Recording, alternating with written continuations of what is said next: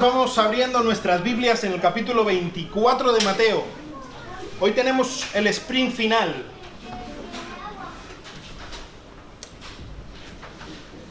Llevamos ya varios meses con esta serie de predicaciones que nos han llevado desde el capítulo 21 hasta terminar el capítulo 25. Y hoy vamos a hacer el final del 24 y todo el capítulo 25.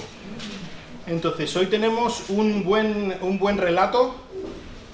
Tenemos varias parábolas de Jesús y un final por todo lo alto de este quinto discurso de Jesús, el que a partir del próximo domingo nos llevará directamente a la misión final de Jesucristo.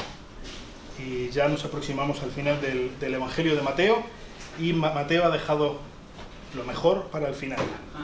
Así que vamos a ir abriendo nuestras Biblias en el capítulo 24 de Mateo, del Evangelio de Mateo, y a partir del versículo 45, hoy vamos a estar viendo hasta el capítulo 25, versículo 46, el final del capítulo, y también el final de esta serie que hemos llamado El Rey Juez. Recordáis que Jesús ha estado ya dictando sentencia sobre esa generación de los judíos. Y al estar dictando sentencias sobre esa generación de los judíos, veíamos el otro día cómo esta sentencia se proyectaba hacia el futuro, en lo que hablábamos de lo que era la tipología. Y Jesús estaba dictando sentencia incluso sobre una generación futura de judíos que sufrirían la ira de Dios, pero al final Dios los libertaría en el momento en el que ellos clamaran a su Mesías, y Jesús volvería para liberarlos. Pero lo que tenemos a partir de hoy es algo así como Jesús va a explicar cómo van a ser las personas que una vez que entre Jesús, ¿está apagado? Que una vez que entre Jesús pueblen el reino milenial, la última fase del reino que él va a inaugurar. Y vamos a estar viendo hoy varias parábolas, y al final vamos a estar viendo lo que, por ejemplo, en mi Biblia se llama a partir del versículo 21 el juicio final, pero que yo he llamado el juicio semifinal, porque no es todavía el juicio final. Vamos a leer capítulo 24, versículo 45. Dice: ¿Quién pues es el siervo fiel y prudente a quien su señor puso sobre los de su casa para que les diera la comida a su tiempo? Dichoso aquel siervo a quien cuando el señor venga lo encuentre haciendo así. De cierto os digo que lo pondrá sobre todos sus bienes. Pero si aquel siervo es malo y dice en su corazón: mi señor tardará, y empieza a golpear a sus consiervos y come y bebe con los que se emborrachan, vendrá el señor de aquel siervo en el día que no lo espera y a una hora que no sabe, y lo azotará severamente y lo asignará a un lugar con los hipócritas. Allí será el llanto y el crujir de dientes. Capítulo 25. Entonces, el reino de los cielos será semejante a 10 vírgenes, que tomando sus lámparas salieron a recibir al novio, y 5 de ellas eran insensatas y 5 prudentes. Porque las insensatas, al tomar sus lámparas, no tomaron aceite consigo, pero las prudentes tomaron aceite en frascos junto con sus lámparas. Al tardarse el novio, a todas les dio sueño y se durmieron. Pero a medianoche se oyó un clamor: ¡ahí está el novio! ¡Salid a recibirlo! Entonces todas aquellas vírgenes se levantaron y arreglaron sus lámparas. Y las insensatas dijeron a las prudentes: ¡dadnos de vuestro aceite, porque nuestras lámparas se apagan! Pero las prudentes respondieron diciendo: no sea que no haya suficiente para vosotras y para nosotras. Id más bien a los que venden y comprad para vosotras. Y mientras ellas iban a comprar, vino el novio. Y las que estaban preparadas entraron con él al banquete de bodas, y se cerró la puerta.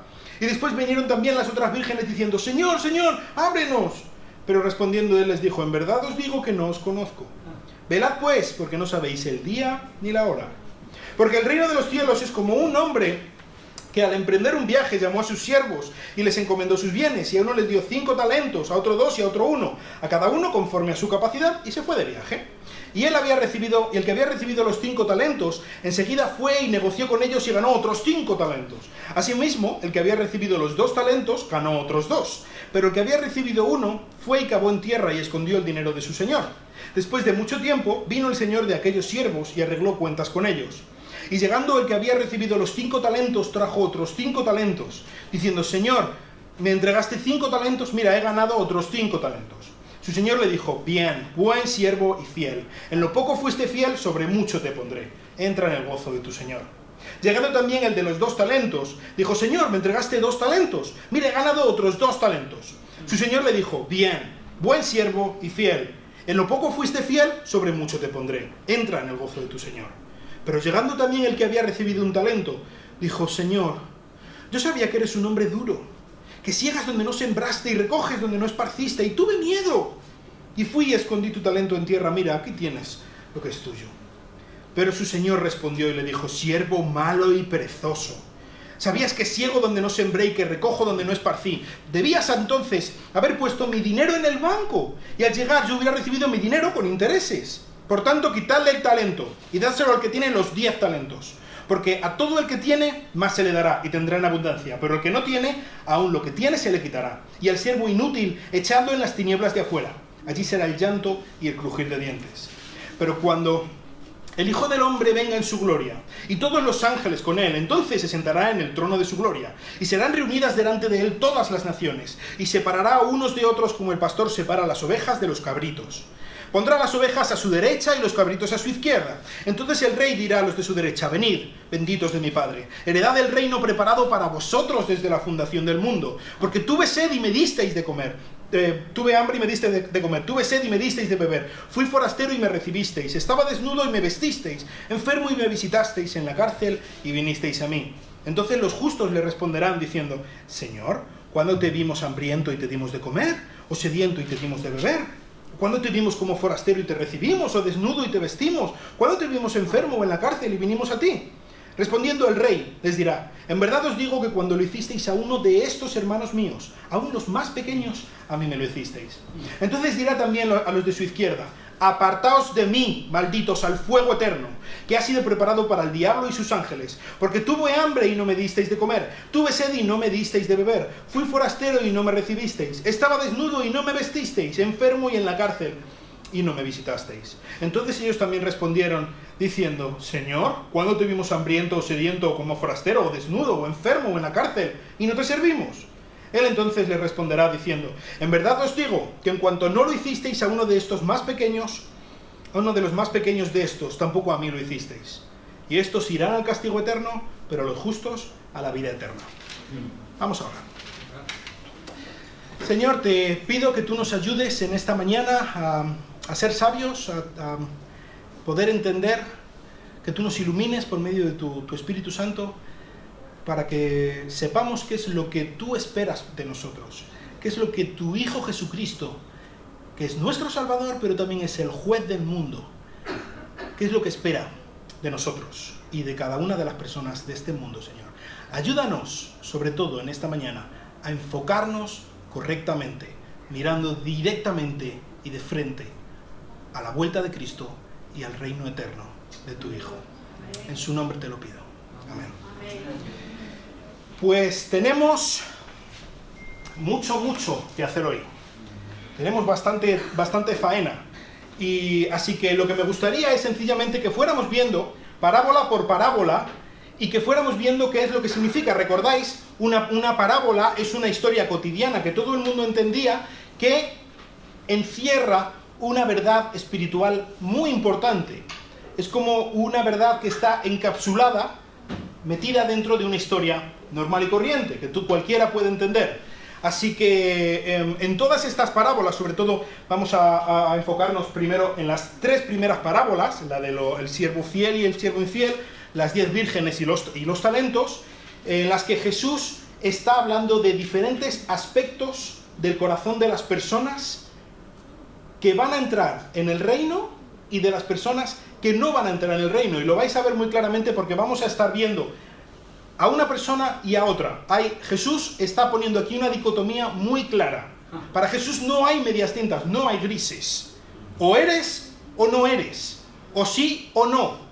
No hay tal cosa como a medias, un poquito sí, un pie en un sitio y otro pie en el otro. Esa opción no es contemplada en ninguna de estas parábolas. Y por supuesto, no es contemplada en el juicio que vamos a ver al final del capítulo 25. Entonces esto es algo que debemos ya tener en cuenta desde ya. Lo que Jesús pide no es que estemos un poquito sí y un poquito no. O como la expresión que usa muchas veces Ricardo, que me gusta mucho, que estemos jugando a religión. Eso es completamente en contra. De hecho, vamos a ver cómo eso de hecho, es de los que están eligiendo mal. Así que vamos a ver la primera parábola. Ahí va. La parábola de los dos siervos está al final del capítulo 45. ¿Qué es lo que nos dice esta parábola? Pues hay un señor que pone a un siervo, habla aquí solamente de un siervo y de dos maneras que puede ser este siervo. Le pone sobre los de su casa para que dé de comer a los de su casa. Les encomienda una tarea a sus siervos y se va. Vamos a ver que esto es algo que ocurre en todas las parábolas, porque Jesús precisamente está enfatizando en qué es lo que ocurre en este tiempo en el que Él no está. El Señor se va, encomienda una tarea y se va. Así de sencillo, ha encomendado una tarea a su siervo. Entonces, ante esta realidad de que le ha encomendado una tarea a su siervo, hay dos maneras en las que el siervo puede responder. Una de las maneras es que hay un siervo que sabe que su amo va a volver y por lo tanto actúa en consecuencia. Hay otro siervo que no sabe o ignora o le da exactamente igual el hecho de que su siervo va a volver. Entonces simplemente de aquí quiero que lo que entendamos es que el siervo malo no es sencillamente que sea un siervo necio, que sea un tonto y que esté haciendo lo que no debe. El problema de todo esto es que el siervo, versículo 48, dice en su corazón: mi señor tardará. Estoy bien. Entonces, una de las cosas más importantes que creo que se puede ver en esta parábola es que aquí hay una idea, una cosmovisión, hay una manera de ver el mundo detrás de la manera de actuar de este siervo. ¿Lo veis? Hay un siervo que obedece a su señor. ¿Por qué? Porque sabe que su señor va a volver. Y entonces vive en base a esta realidad, sabiendo que su señor vuelve. Su señor le va a recompensar o le va a castigar, dependiendo de lo que haga. Hay otro siervo que piensa que su señor no vuelve o que va a saber cuándo va a volver. No me importa, me da exactamente igual. Así que yo puedo actuar como quiero. Y pego a mis consiervos. Y me voy a comer y a beber y a emborracharme con los demás. Porque es que me da exactamente lo mismo. Porque mi señor no va a volver. Y si vuelve, ya volverá. Es completamente ignorante a la realidad de que su señor va a volver. Y es esta idea la que guía su corazón a hacer lo que no debe. ¿Cuál es el problema de este hombre? Que su señor vuelve. Incluso aunque él no lo vea, incluso aunque él no lo crea, incluso aunque no piense que no va a volver de aquí a poco. El caso es que su señor vuelve, y cuando su señor vuelva, va a arreglar cuentas. Y a uno le va a bendecir y le va a ascender. Sin embargo, al otro lo va a recriminar, lo va a azotar, lo va a expulsar. Despedido. Contigo ya no cuento. No estás en mi equipo. ¿Cuál es la realidad que podemos aprender de esta parábola? En cuanto a lo que está diciendo Jesús, en cuanto a la vuelta de Jesús. Jesús nos ha encomendado una tarea. Y cuando digo una tarea, digo lo que está aquí escrito. Él nos ha encomendado que tengamos una relación con Él. Él nos ha encomendado que seamos buenos esposos, que seamos buenas esposas. Él nos ha encomendado que criemos a nuestros hijos como debemos. Él nos ha encomendado que hablemos a los demás de Cristo. Él nos ha encomendado, en definitiva, que seamos embajadores suyos en este mundo. Y Él espera que lo cumplamos. Así que en base a esto hay dos cosmovisiones que podemos tener. Una es de una persona que dice: mi Señor me ha encomendado esto y mi Señor va a volver, por lo tanto yo voy a vivir obedeciendo lo que mi Señor me ha mandado, porque yo sé que va a volver y yo sé que Él me va a recompensar o me va a castigar en base a todo esto. Además, nosotros de hecho tenemos algo mucho más grande que estos dos siervos de la historia, porque no es solamente que nuestro Señor sea así como un señor cualquiera y nos haya mandado algo y se va y vuelve y nos castiga o nos premia. Es que nuestro Señor ha dado su vida para que nosotros podamos estar haciendo esta tarea. Él ha dado su vida para que nosotros seamos adoptados como parte de su familia. Así que no es solamente una motivación en base a un premio o un castigo, pero también hay una motivación en base a un premio y un castigo. Y hay una cosmovisión, hay una manera de ver el mundo de unas personas que dicen: Jesús ha prometido que vuelve. Jesús ha encomendado una tarea. Yo voy a hacerla. Hay otra cosmovisión que dice: Jesús ha prometido que vuelve. Me da exactamente lo mismo. Paso de ti, Jesús, que yo vivo mi vida. Hasta luego. ¿Y sabes qué? Aunque no quiera, aunque le disguste, aunque le resulte muy poco moderna la idea, o muy poco, yo qué sé, ecologista, o gay friendly, o yo qué sé, aunque no esté de moda ahora mismo, Jesús vuelve. Y Jesús va a pagar a cada uno conforme a lo que haya hecho. Esa es la pura realidad. A unos, a los que han vivido en base a que Jesús vuelve, a esos les va a bendecir, les va a dar más responsabilidad cuando Él vuelva dentro de su reino. A otros los va a castigar, y precisamente porque ellos no han tomado en cuenta a Jesús en sus vidas, Jesús no les va a tomar en cuenta en su reino y van a ser expulsados del reino. La puerta del reino se les cierra en las narices y allí nadie entra. Siguiente parábola. Las 10 vírgenes. Un poco para entender esta parábola tenemos que entender, ya hemos visto algunos aspectos de cómo funcionan las bodas judías, pero esto está muy integrado en lo que era la cultura de las bodas en el judaísmo del siglo I. Y simplemente para hacer un resumen, en este tiempo, bueno, lo primero que ocurría en una boda era que los padres se reunían y acordaban los términos, ¿vale? Los padres del novio y de la novia. Y entonces pues acordaban de qué manera iba a ser, este hijo se va a casar con esta hija y tal, y entonces van a vivir en este sitio y van a hacer esto y tal, muy bien, venga. Y entonces, después de eso, se reunían, tenían una reunión los padres con los hijos, y este era el primer paso oficial de la boda.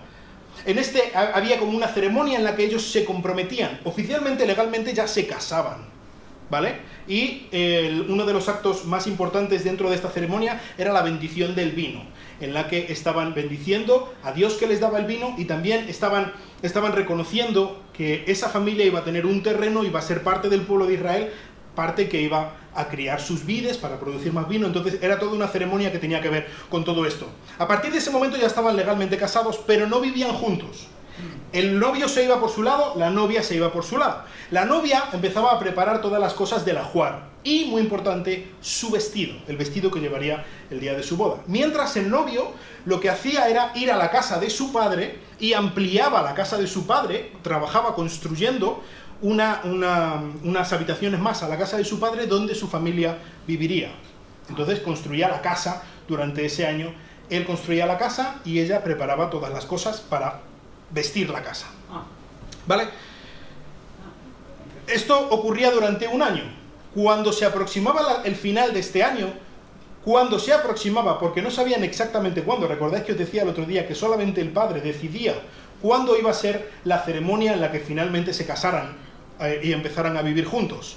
Cuando se acercaba a este momento, el padre, cuando él quería, hacía este toque de trompeta, este toque de la trompeta del que hacían con el carnero, el shofar, que indicaba que en ese momento empezaba una comitiva, como un desfile, en la que el novio y la novia iban con los familiares, y estos eran guiados o escoltados por las damas de honor, que eran estas vírgenes de las que está hablando esta parábola, ¿vale? Entonces, las vírgenes tenían que estar listas cuando esta comitiva iban hacia el lugar donde se iba a hacer la fiesta, la ceremonia final del casamiento. Entonces, en esta ceremonia, en este banquete, estaban juntos, festejaban, y de allí ya salían, iban a su propia casa y ya vivían como marido y mujer, ¿vale?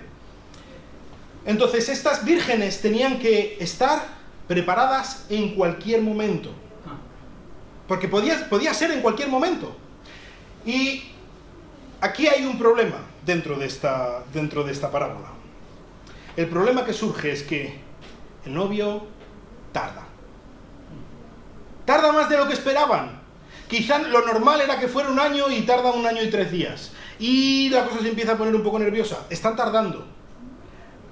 De hecho, en cuanto a la hora, aquí dice que están tardando hasta que llega a la medianoche. No era normal. ¿Cómo van a empezar una fiesta a la medianoche? Todo el mundo está cansado. Entonces está tardando de una manera inusitada. Por lo tanto, hacía falta no solamente escoltar, sino también iluminar el camino. Ahora, de estas damas de honor, de estas vírgenes, había 2 tipos. Una era prudente y otra era insensata. ¿Por qué? Pues muy fácil. La prudente llevó un bote aparte con aceite. La insensata, no. Y al ver que el novio tardaba, hay algo que hicieron las 2. Y es que las 2 se durmieron. A ver qué pongo de más. Las 2 se durmieron, pero aun habiéndose dormido las 2, había unas que sí estaban preparadas. Aunque dormidas, estaban listas para la llegada del novio. Hubo otras que no. Entonces hubo las que no estaban listas, les dijeron a las que sí estaban listas: dadnos un poco de aceite, que se nos ha acabado el aceite que tenemos, que ha pasado ya mucho de noche, se nos acaba el aceite, se nos va a apagar el fuego. Y entonces las otras le dijeron: no, pero es que si nosotras os damos a vosotras de nuestro aceite, entonces quizá nos acabamos todas el aceite. Y entonces ¿qué vamos a hacer si viene el novio y ninguna tiene aceite y no hay fuego? En ese tiempo no había farolas por las calles. Entonces era muy importante que estuvieran iluminando el camino. Así que les dijeron: pues mira, vamos a comprar un poco más de aceite. Y se fueron a comprar aceite. Cuando quisieron reaccionar, cuando fueron a comprar aceite, justo en ese momento, ¿os acordáis de lo que decía Jesús? Versículo 44 del capítulo 24. A la hora que no pensáis, vendrá el Hijo del Hombre. Cuando quisieron reaccionar, fue demasiado tarde. La comitiva entró. Las damas de honor entraron a la fiesta, las damas de honor prudentes entraron a la fiesta con el novio, se cerró la puerta y cuando llegaron las otras ya había pasado todo. La puerta se había cerrado e incluso cuando llamaron, el mismo novio les dijo: yo no os conozco. Tan importante era el estar listas para cuando llegara el novio. ¿Qué nos dice esto en cuanto a la puerta del reino? Pues el hecho es que Jesús está retardando su venida, ¿verdad? Yo no creo ni que Mateo, cuando escribió esto, ni que Pablo o Pedro o Juan pensaran que iba a tardar tanto. Que llevamos 2000 años. Un montón de tiempo esperando. Así que como el novio retarda su venida, nos dormimos. Y fíjate que esto es algo que hacen tanto unas vírgenes como las otras.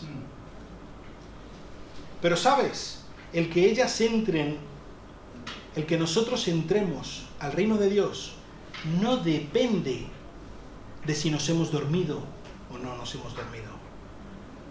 Hay margen para la gracia. Dios perdona a los suyos. Lo que no hay margen es para alguien que no esté preparado. Hay muchas teorías en cuanto a qué significa esto del aceite. Hay gente que piensa que es el Espíritu Santo, por ejemplo. Yo creo que sencillamente está simbolizando el estar preparado, el estar listo para el regreso de Cristo. ¿Cómo estamos listos para el regreso de Cristo? Si confiamos en Él. Así que las 5 vírgenes que sí están preparadas, que son prudentes, son las que o simbolizan a las personas que han confiado en Cristo, a los creyentes de verdad, a los que le han dicho a Cristo: yo pongo mi alma en tus manos. Y ya está.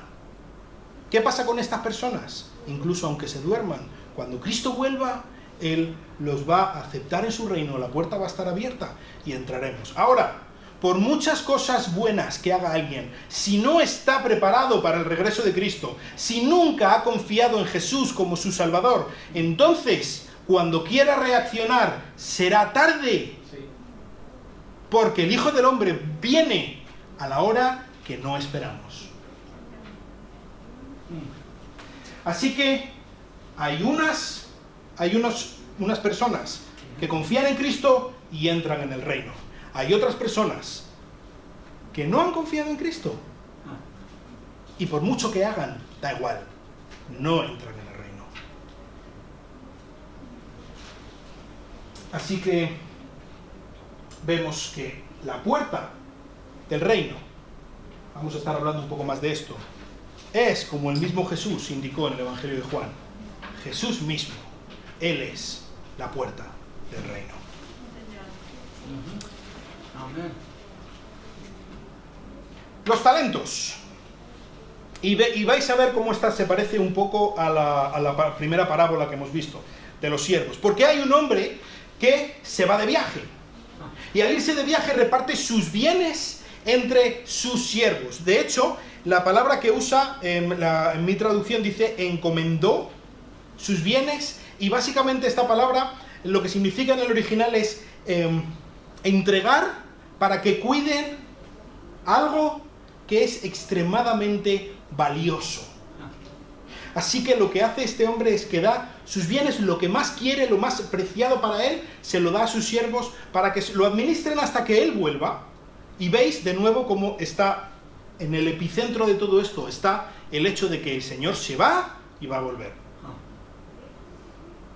¿Cuáles son estos bienes que deja? Aquí Jesús lo expresa en forma de una moneda que se llama talentos. Un talento era 600 denarios, un montón de dinero.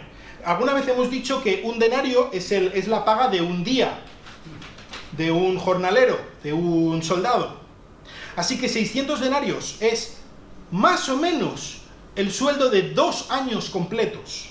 Un denario es un sueldo de 2 años completos. Así que estamos hablando que, por ejemplo, al que le da, unos 56.000 euros, más o menos, un denario, un talento, perdón. Al que le da 5 talentos, casi le da 300.000 euros, ¿vale? Al cambio, para que lo administre. Al que le da 2 talentos, 112.000 euros. Y al que le da un talento, unos 56.000 euros, ¿vale? El dueño conoce a sus siervos y reparte a cada siervo dependiendo de su capacidad, ¿vale? Así que se va. Se va diciendo que va a volver. ¿Y qué ocurre? Ocurre lo mismo con el que tiene los 5 talentos y con el que tiene los 2 talentos. ¿Qué es lo que hacen? Administran con sabiduría diligentemente los bienes de su señor, de tal manera que cuando el señor vuelve, le dice el de 5 talentos, aquí tienes tus 5 talentos y aquí tienes 5 talentos más que he ganado. He doblado lo que tú me has dado. Y el Señor dice, muy bien, buen siervo y fiel. En lo poco has sido fiel, sobre mucho te pondré. Así que entra en el gozo de tu Señor. Esto le pasa al que tiene los 5 talentos, que gana otros 5. Pero, ¿sabes? Esto le pasa también al que tiene los 2 talentos y que gana otros 2 talentos. El Señor le dice exactamente lo mismo.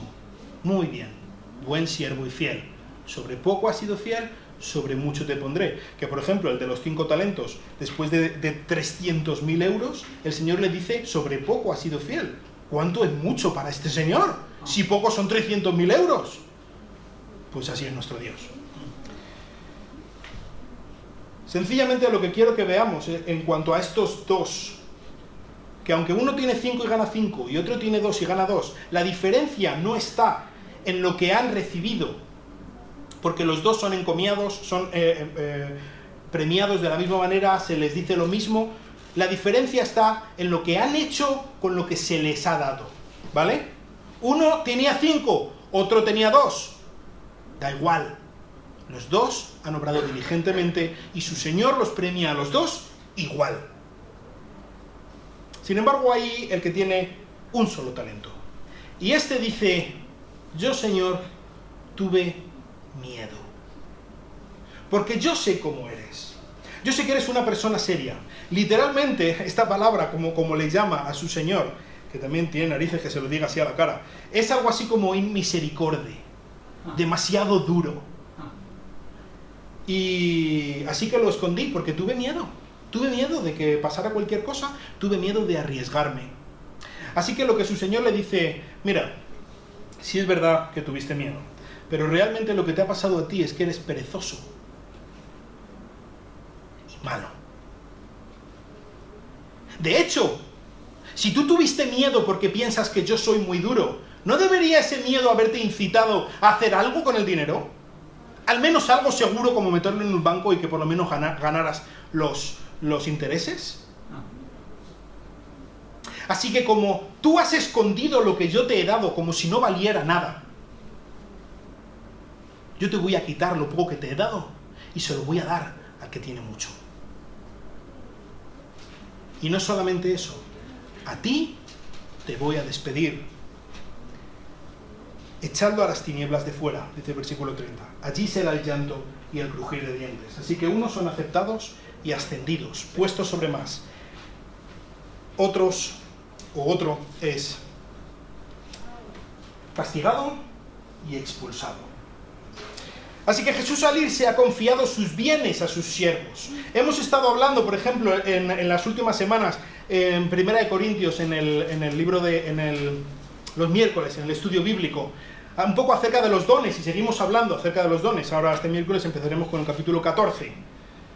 Esto es desde luego parte de lo que Jesús ha dado a su iglesia, los dones espirituales. Él ha dado dones espirituales, Él ha dado capacidades también, Él ha dado tiempo, valiosísimo recurso que nos ha dado. Él nos ha dado conocimiento, Él nos ha dado capacidad de hacer cosas, Él nos ha dado dinero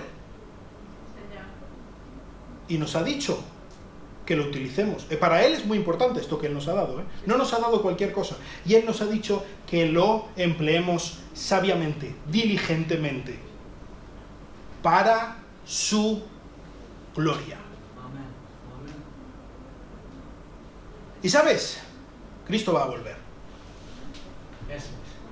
Esta es una realidad patente. Cristo va a volver. Y hay algunas personas, hay algunos creyentes que están usando lo que Dios les ha dado como Dios se lo ha dicho. Hay algunas personas que están empleando su tiempo, sus recursos, sus capacidades para la gloria de Dios, de tal manera que se multiplique lo que ellos tienen. ¿Sabes? La diferencia no está en si un siervo de Dios, un hijo de Dios ha recibido más y otro ha recibido menos. Por ejemplo, Dios no va a pedirte a ti que tú ofrendes la misma cantidad de dinero que otro hijo de Dios, que los hay, que tienen 7, 8 ceros en su cuenta corriente. No te va a pedir lo mismo porque no te ha dado lo mismo. Esa no es la diferencia. La diferencia no es si hacemos más o menos. La diferencia no es si Dios nos ha dado más o menos. La diferencia no es si tú y yo tenemos más o menos capacidades. La diferencia es ¿qué hacemos con lo que Dios nos ha dado? Sin embargo, también hay otra manera de verlo. Y es, Dios me ha dado, pero yo actúo como si no me lo hubiera dado Dios. Y Dios me ha dado capacidades, pero yo las escondo, porque soy un cobarde, como Jesús le echa en cara a este hombre. Yo las escondo porque tengo miedo de lo que me diga la gente. Yo las escondo porque prefiero vivir mi vida de la manera que yo quiera. Y fijaos un poco en la diferencia entre lo que hace el siervo de la primera parábola, el siervo malo de la primera parábola y el siervo malo de esta parábola. El siervo malo de la primera parábola pecó por exceso. Se salió por lo alto de la tabla. Y él se puso a beber y a emborracharse y a pegar a la gente y a ser una persona muy mala. Y que la gente le puede ver por la calle y decir, pero este es un desgraciado. ¿Pero qué estás haciendo? Sin embargo, este no. Este se lo cayó, se lo escondió y tenía miedo y no hizo nada. Y Jesús los trata a los dos igual. Porque la gracia de Dios no condona nuestra irresponsabilidad con lo que Él nos ha dado. Si Él nos ha dado algo, Si tú tienes un recurso, si tú tienes una capacidad, si tú tienes tiempo y no lo estás empleando de la manera adecuada, entonces lo estás escondiendo. Pero puedes hacer otra cosa, y es emplearlo, pero de la manera no adecuada. Y entonces estás yendo también en contra de Dios. Algunos son aceptados. Los que están viviendo, mirando a que su Señor vuelve. Y no solamente son aceptados, son ascendidos en el reino y puestos sobre mucho, dado mayor responsabilidad. Otros son expulsados. No se les deja entrar en el reino. Y con todo esto, todos estos preámbulos que Jesús ha usado, llegamos a el escenario final. Y esto no es una parábola. Lo que está aquí diciendo Jesús a partir del versículo 31 no es una parábola. Digo que esto es el juicio semifinal y no es el juicio final, por una razón. Por ejemplo, en Apocalipsis 20, ahí tenemos el escenario del juicio final. Si queréis luego podéis leerlo. Y sabéis, el juicio final es solamente para condenar a aquellas personas que no hayan creído en Cristo. Este no es así. Este juicio es en el que Jesús está sentado en su trono, yo creo que en su trono en Jerusalén, después de que haya regresado, y está juzgando a todas las naciones, pero no ha juntado a todas las naciones, pero no va a juzgar a las naciones por naciones, sino a las personas individualmente. ¿Y cuál es la idea? Que aquellos que den la talla entran en el reino, aquellos que no den la talla son expulsados del reino. Y son expulsados para enfrentarse después a ese juicio final, que será después del reino milenial. ¿Entendéis? Entonces este juicio es simplemente para separar a unos y a otros. Después habrá otro juicio para condenar a los que vayan a ser condenados definitivamente. Y Jesús pone un ejemplo, un símil de un pastor que separa a las ovejas de los cabritos o de las cabras. Y esto era algo que ellos entendían perfectamente. Vivían en una sociedad rural y había muchos pastores. Y el hecho de que pastaran las ovejas junto con las cabras era algo completamente normal, ¿vale? Cuando estaban por el campo y estaban comiendo, estaban pastando, veías juntos a las ovejas junto con las cabras. Y de hecho, cuando tú las veías de lejos, no es muy fácil de diferenciar las ovejas y las cabras. Tienes que ir un poco más cerca a ver si tienen cuernos y ver cómo tal, pero en principio, así de lejos, no es muy fácil de diferenciarlas. Pero hay diferencias. Hay diferencias y el pastor sabe diferenciarlas muy fácil. Y de hecho, como Jesús dice, las ovejas saben reconocer la voz de su pastor.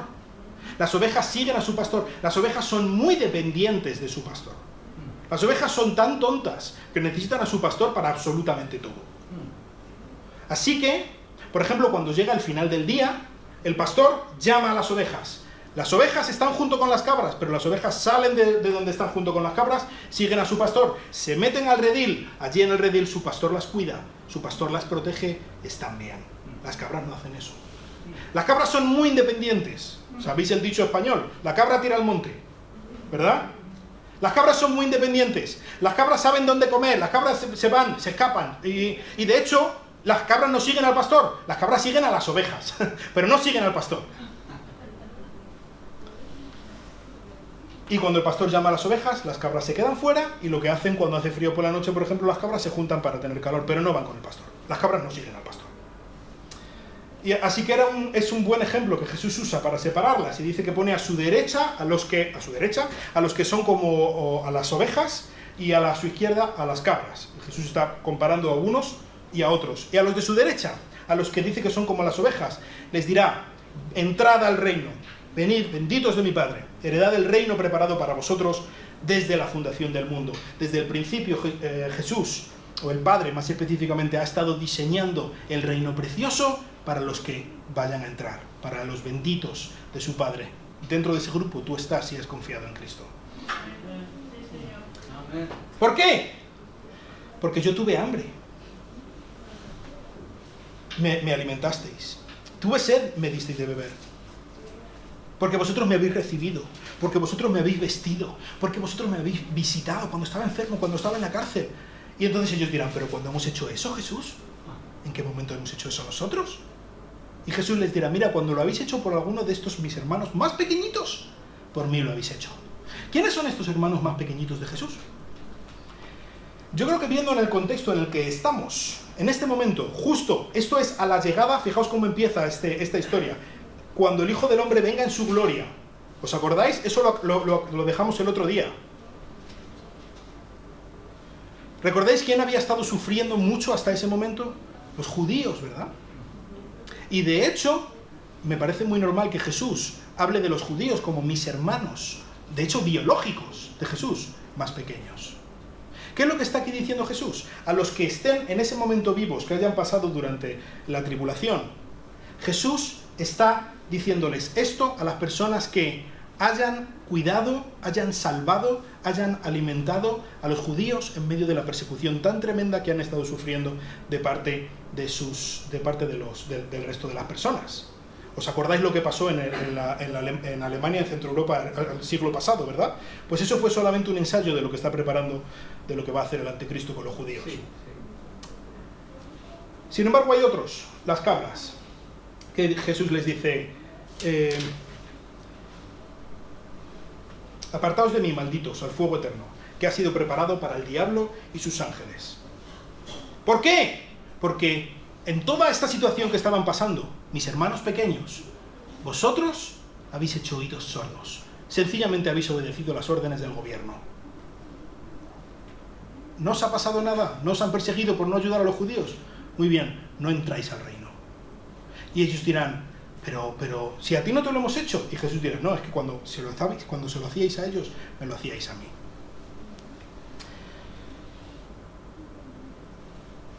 Estos irán al castigo eterno, pero los justos irán a la vida eterna.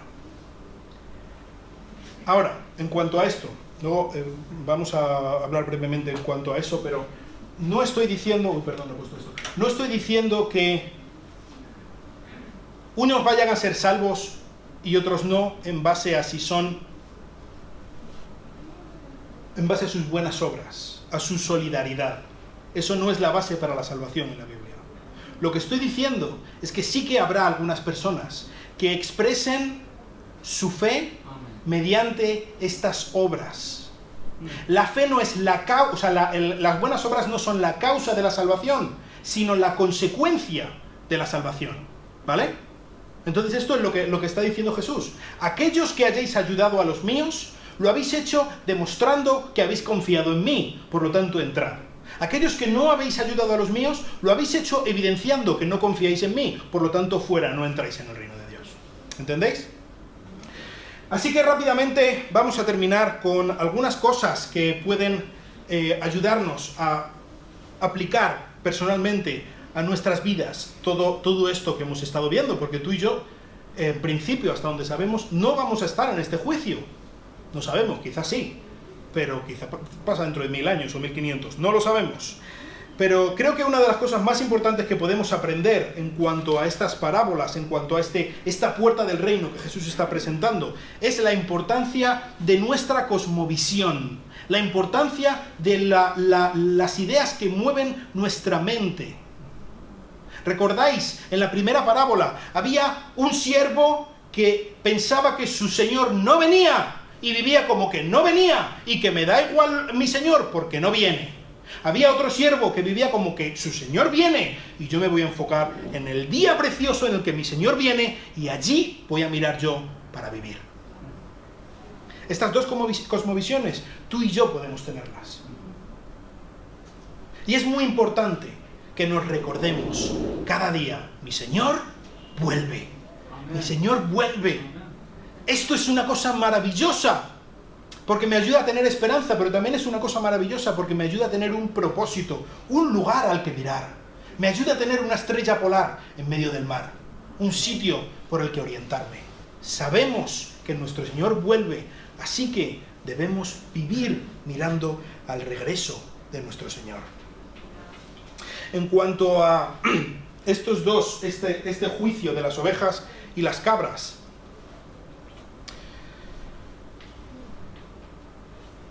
Creo que tiene mucho que ver también con la cosmovisión el hecho de que hubo algunos que, viendo la persecución tan tremenda que estaban sufriendo los judíos, no les ayudaran. No sé si os suena la expresión de la doctrina, no sé si lo diré bien, Sabine, Eichmann.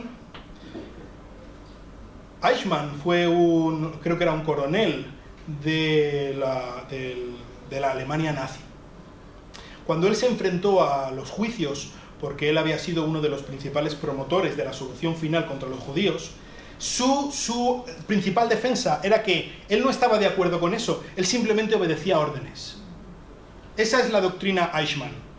Yo simplemente obedezco órdenes. Yo tengo que obedecer al gobierno, y sabes, es verdad, tenemos que obedecer al gobierno, pero debemos obedecer al gobierno en obediencia a Dios. Es decir, si hay algún momento en el que el gobierno se sale un pelo en lo que manda, de lo que Dios manda, en ese momento no debemos obedecer al gobierno en eso que se está saliendo. En ese momento debemos honrar a nuestro Señor, y si sufrimos consecuencias por ello, pues bendito sea nuestro Señor, que es el Rey de los Reyes. Amén. Y quien tendrá que dar cuentas de eso será nuestro gobierno, no nosotros. ¿Vale? Entonces, muy pendientes, y no nos quedemos con la cosa de, lo dice el gobierno, si es legal está bien. No, hay muchas cosas legales en España que están terriblemente mal. Muchas cosas. Lo legal no es lo bueno. Y eso es una idea que tenemos muy metida. Y en el momento en el que el gobierno permite algo que sea legal, ya está bien. No, no está bien. Debemos obediencia primera a nuestro Señor. Hemos hablado bastante en cuanto a la mayordomía, lo que Dios nos ha dado a nosotros, para que nosotros lo usemos. Y me gustaría que entendieras, no importa si tienes mucho o tienes poco. Eso no es lo importante en cuanto a la mayordomía. Dios no te va a pedir lo que tú no puedes dar. No importa. Lo importante, por lo que Jesús te va a pedir cuentas, es por lo que has hecho con lo que Él te ha dado. Y en este sentido me gustaría preguntarte, ¿estás sirviendo a Dios con lo que tienes? ¿Con el tiempo que tienes? ¿Con las capacidades que tienes? ¿Con las relaciones que tienes? ¿Con tu matrimonio? ¿Con tus hijos? ¿Con tus padres? ¿Estás sirviendo a Dios? ¿Lo estás haciendo o estás sirviéndote a ti mismo? ¿O estás sirviendo a las otras personas en lugar de a Dios? Y desde luego que no... cuando está aquí hablando de los talentos, Jesús habla de muchas otras cosas, pero desde luego que también está hablando del dinero.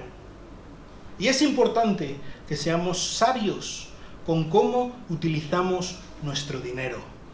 Es importante que utilicemos nuestro dinero con cabeza, no metiéndonos en cosas que no podemos pagar, no viviendo a base de caprichos, sino de una manera sabia, organizándonos. Y en el Antiguo Testamento se habla mucho acerca del diezmo. En el Nuevo Testamento no se nos manda que demos el diezmo. El diezmo es el 10% de lo que ganamos. Eso es verdad. Pero yo creo que el diezmo es un buen comienzo. Y ¿sabes? Creo que el diezmo es algo que está al alcance de todos. Diezmo, 10% de lo que ganas, no de lo que te sobra. 10% de lo que ganas. Creo que es un buen comienzo y está al alcance de todos. Y quizás dices, es que yo si doy ese 10%, tengo tan poco que no podría vivir sin ese 10%. Y a esto yo te digo, ¿acaso no confías en Dios? ¿No puede Dios darte? ¿Le falta dinero a Dios? ¿Tiene crisis? Y por otra parte, una pregunta que te hago y también me lo hago a mí a veces. Si al que es fiel sobre poco se le pone sobre mucho, ¿no será que tú no estás confiando lo suficientemente en Dios y no estás siendo fiel con lo poco que tienes? ¿Y que Dios no te está dando más por eso? Cuidado, no me malinterpretes. No estoy diciendo que Dios sea un fondo de pensiones o que sea como un banco, que tú le das 10 y Él te da 20. Pero sí estoy diciendo que Dios recompensa. Sí estoy diciendo que Dios es fiel. Y eso es una verdad como un templo. Si eres fiel sobre poco, Él te pone sobre mucho. No quiere decir que vayas a ser millonario, no quiere decir que no vayas a tener problemas, pero sí quiere decir que Dios te va a bendecir. Y es posible que Dios esté cerrando el grifo a ti y a mí porque no estamos siendo fieles en lo poco. En cuanto, rápidamente, ¿cuáles son las cosas que dice aquí que hemos visto entre todo de la gente que entra en el reino? ¿Por qué entra en el reino? Número 1, porque cumplen las tareas que Jesús les ha encomendado. Número 2, están preparados para el regreso de Cristo. Número 3, usan lo que Cristo les ha dado diligentemente. Número 4, sirven a otros. Y todo esto se resume en que muestran su fe por sus obras. Amén. ¿Qué quiere decir esto? Es la fe la que salva. De hecho, es Cristo el que salva. Es nuestra fe en Cristo la que nos hace que Él nos regale la salvación preciosa. Pero, ¿sabes? No es cualquier tipo de fe. La cosa de decir, yo creo en Jesús. Yo creo en Jesús como puedo creer en mi tío del pueblo. ¿Qué quiere decir yo creo en Jesús? Hay una fe que salva, y es la fe que rinde su corazón completamente delante del Señor y le dice, te necesito, Cristo. Y sabes, es en ese momento en el que el Espíritu Santo empieza a cambiar nuestros corazones y se empiezan a ver todas estas cosas. Hay evidencias de tu fe. No digo que seas perfecto. Me queda, siglos. Pero hay cambios. ¿Estás caminando hacia Cristo? ¿Qué piensas que has creído en Cristo como tu Señor y Salvador? ¿De una manera auténtica? ¿De una manera real? Entonces agárrate a Cristo y deja que eso se note en tu vida. Deja que las personas a tu alrededor vean a Cristo. Es verdad que no todo el mundo se va a tener que enfrentar a este juicio semifinal, solo los que lleguen hasta ese punto, vivos. Pero sabes, todo el mundo se va a tener que enfrentar delante de Cristo como el gran juez. Todo el mundo. Todos vamos a comparecer. Absolutamente todos. Él nos va a pedir cuentas de lo que hayamos hecho a nosotros con nuestras vidas. Él le va a pedir cuentas a todos. A todas las personas que amas, que no conocen a Cristo, les va a pedir cuentas. Y si no conocen a Cristo, van a ser sentenciados al fuego eterno. ¿Tú estás aquí, nunca has confiado en Cristo como tu Salvador? ¿Tú crees que estas puertas se te cerrarían en las narices? No hagas como las viudas, como las vírgenes. No esperes hasta que sea demasiado tarde, cuando ya no haya tiempo de reacción. Confía en Cristo hoy. Estate preparado porque el Señor vuelve. Vamos a orar. Señor, te damos muchas gracias porque es verdad que puede asustarnos un poco todos los requisitos y todas las cosas que ponen aquí, pero realmente tú eres el único requisito, Señor. Tú lo has hecho todo, tú eres el gran Salvador, eres el gran cumplidor, eres el gran Señor, eres el gran juez y nos agarramos a ti, Señor. Ayúdanos a ver cuánto te necesitamos, Señor. Ayúdanos a apreciar tu preciosa salvación que ha cogido pecadores rebeldes, pordioseros como nosotros, malvados, y nos ha vestido de la justicia perfecta del gran Señor. Ayúdanos a apreciarlo, Señor, y ayúdanos a apreciarlo con nuestras vidas, que esto se note en nuestros corazones y en nuestras acciones. Ayúdanos a amar a este mundo que se pierde y que te necesita, Señor.